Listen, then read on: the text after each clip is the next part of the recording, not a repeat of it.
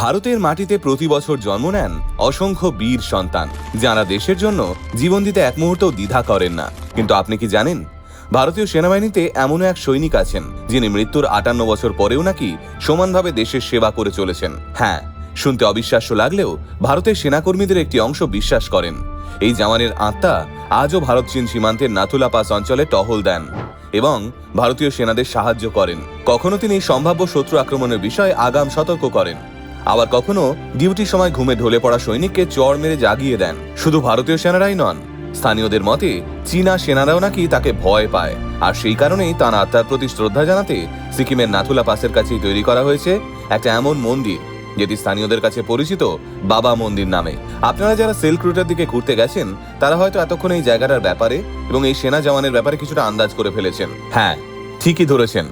আজ আমরা কথা বলতে চলেছি নাথুলা পাসের রক্ষাকর্তা বাবা হরভজন সিং এর ব্যাপারে। কিন্তু প্রশ্নটা হলো, সত্যিই কি বাবা হরভজন সিং এর আত্মা এখনো ভারতীয় সেনার জন্য কাজ করে, নাকি সবই ওখানে কর্মরত সেনা জওয়ানদের মনের ভুল? চলুন তাহলে আজকের ভিডিওতে আমরা জেনে নিই বাবা হরভজন সিং এবং তার স্মৃতিতে তৈরি করা এই বাবা মন্দিরের ব্যাপারে বিস্তারিত। বাবা হরভজন সিং এর জন্ম হয়েছিল 30 আগস্ট 1946 সালে আজকের পাকিস্তানের গুজরানওয়ালায়। দেশ ভাগের পর তার পরিবার ভারতে চলে আসে। ছোটবেলা থেকেই তার স্বপ্ন ছিল ভারতীয় সেনাবাহিনীতে যোগ দেওয়ার এবং ভারতের জন্য কিছু একটা করার। সেই স্বপ্ন পূরণের লক্ষ্য নিয়েই 1966 সালে মাত্র 20 বছর বয়সেই তিনি সিপাহী হিসেবে ভারতীয় সেনাবাহিনীতে যোগ দেন পাঞ্জাব রেজিমেন্টে। ভারত সেই সময় একটা কঠিন পরিস্থিতির মুখে। চীন ভারত যুদ্ধের পর সীমান্ত ভীষণ চাপের মধ্যে রয়েছে। সেই উত্তাল সময়ে সেনাবাহিনীতে যোগ দিয়েছিলেন হরভজন। তবে ভারতীয় সেনায় তিনি বেশি দিন চাকরি করতে পারেননি। 1968 সালে মাত্র 22 বছর বয়সে নাথুলাতে প্রাণ হারান হরভজন সিং। কেউ বলেন তিনি যুদ্ধের ময়দানে প্রাণ হারিয়েছেন, আবার কেউ বলেন তিনি গ্লেসিয়ারে পিছলে পড়ে গিয়ে প্রাণ হারিয়েছেন। তবে মৃত্যুর পরেও প্রথমে 3 দিন খুঁজে পাওয়া যায়নি তার মৃতদেহ।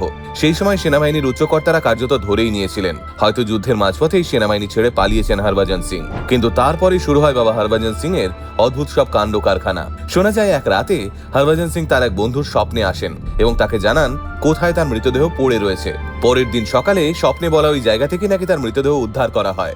আর এরপরেই সেনাকর্মীদের মনের মধ্যে একটা বদ্ধমূল ধারণা তৈরি হয়ে যায় যে হরভজন সিং মারা গেলেও তাঁর আত্মা হয়তো এখনো তাদের সাথেই রয়েছে।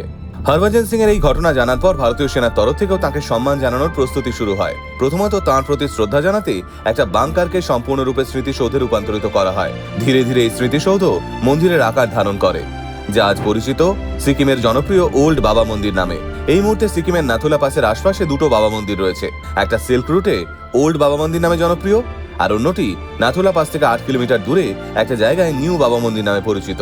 পুরনো মন্দিরটিতে সাধারণ পর্যটকের যাওয়া কিছুটা কঠিন। সেই মন্দিরটি 13,000 ফুটের ওপরে অবস্থিত, আর সেখানে উঠতে গেলে অনেকগুলো সিঁড়ি পার করতে হয়। তবে গ্যাংটক থেকে সহজেই সোমগো লেক নাথুলা পাস এবং নতুন বাবা মন্দিরটি ঘুরে আসা যায়। এই 2টো মন্দিরেই তার ইউনিফর্ম, বিছানা এবং জুতো সযত্নে রাখা রয়েছে। সীমান্তে যাওয়ার আগে এখনো অনেক সেনা জওয়ান এখানে এসে মাথা নত করেন।